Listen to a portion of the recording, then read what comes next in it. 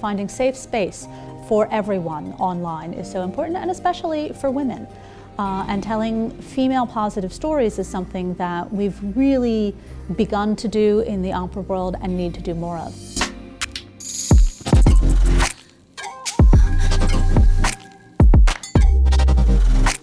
Mirror Game is a new opera by Celka Ojakangas and Amy Punt, and it's about women in the gaming and coding industries. So 3 characters who are all competing with each other, kind of in the metaphor of being in a game themselves, to get ahead in this industry that is not kind to women.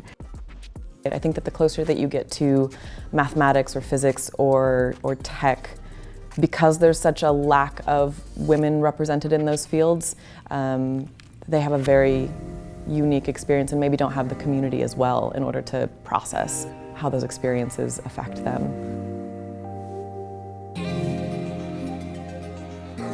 Amy wanted to write a story about the things that happen to women when they try to engage online, the kind of trolling, negative posts, the way that women are basically chased out of the online sphere.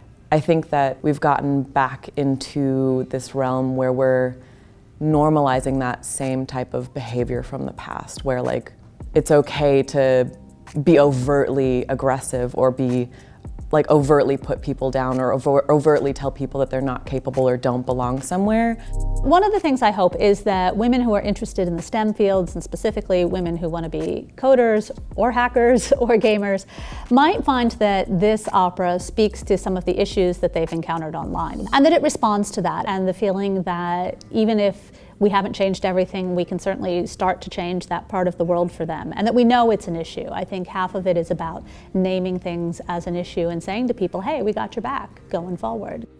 I think that is definitely the beauty of creating an opera about technology, because it creates the opportunity for conversations to definitely start happening. And I think more and more we're really sensitive to the idea of telling women's stories better, and stories told by women and written by women, because that's something we're really lacking in the opera world. The opportunity to hear women's stories in ways we've never heard them before is always a benefit, particularly if they're stories that you wouldn't have access to otherwise. And I mean, that doesn't even begin to address the idea that there's so much outside of that male-female binary. Opera should live and breathe today. I think there's no greater storytelling medium than the human voice and telling stories through the power of music.